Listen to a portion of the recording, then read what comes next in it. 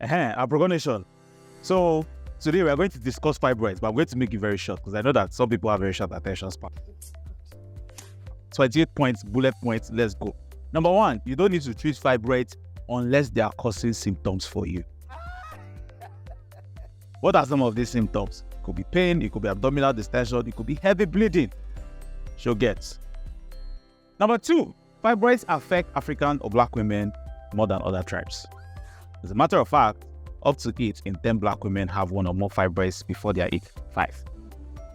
Number 3, fibroids can be as tiny as this, or even smaller, or something like this, or they can get as big as a basketball. This one is even smaller than a basketball, but I've seen it before. Number 4, doctors can check for fibroids with physical examination, either by checking, pressing, or with ultrasound. Ultrasound usually checks in bed. Number 5, fibroids are more common in women who are overweight. Number 6, in order to get rid of the symptoms of fibroid like pain or those other symptoms that we spoke about earlier, you can use surgery to get rid of the fibroid.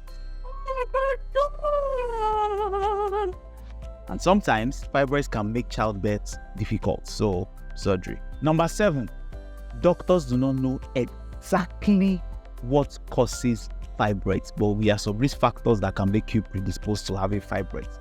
Number 8, fibroids cannot be taken out without open surgery.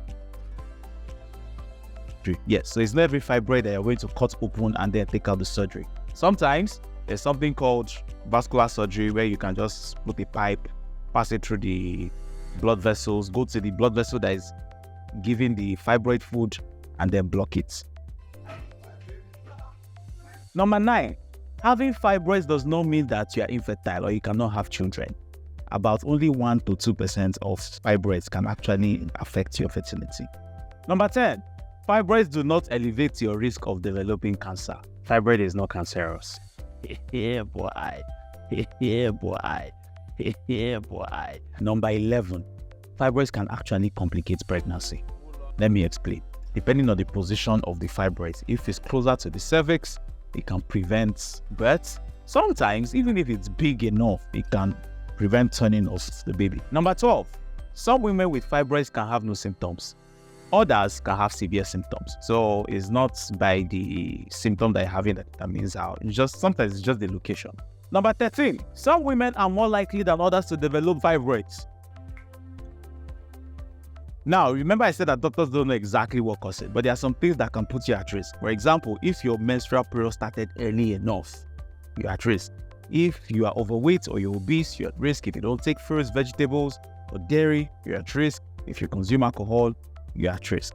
Number 14, uterine fibroids are very common.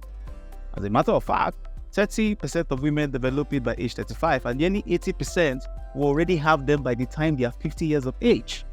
Oh my God! Oh God! Remember, like I said earlier, affects Black women more than it affects. Number 15, fibroids can come in different shapes or sizes. Say, as you want it, it can come, and also can affect different locations of the womb. Number 16, women who already have children have a lower risk of developing fibroids. Number 17, I've said it before, I'm going to say it again. However you want to add it in that number, add it inside. Fibroids are not cancer. They are not cancerous growth. So we don't want you going around spreading news that fibroids are cancer. Number 18, fibroids are mostly diagnosed by chance. In other words, probably during a routine check, you went to the hospital to check for something. Most people usually find out that they have fibroids. I'd not say it's everybody, but some people. But especially if you go for gynecological checks or examination, or they just scanning, can find it out by chance. Like I said, if it's not bothering you, there's usually no cause to treat. Number 19, I told you before that doctors don't know the exact cause of fibroids. However, there is a very strong link between it and the hormone estrogen. That's why having your periods for a very long period can make you at risk of having it. Number 20, fibroids usually develop during a woman's reproductive years. That's the years where, she's ready to have children. And that's why, because the estrogen level in the blood is usually at the higher at that time. Number 21, African women have a higher risk than other women. Could be white women or Asian women You find the risk more in African women.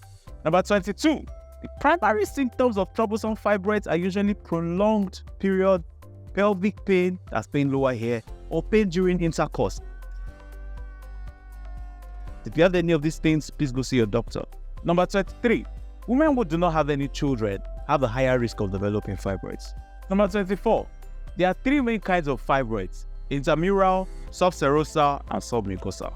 Number 25, intramural fibroids develop inside the muscle of the womb. Number 26, subserosal fibroids develop outside the wall of the womb into the pelvis and can become very large because, sometimes it's like there's nothing restricting them, so they're able to sweat where they want to sweat to. Number 27, submucosal fibroids develop inside the womb's inner lining.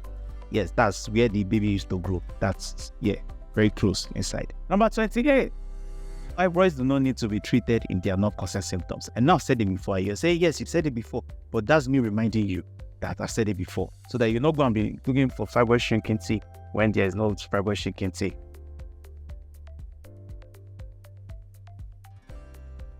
Number 29, fibroids tend to shrink by themselves when the estrogen hormone levels go down during menopause. So usually if a woman notices the fibroids or if they become problematic just before menopause, they're advised to leave it alone.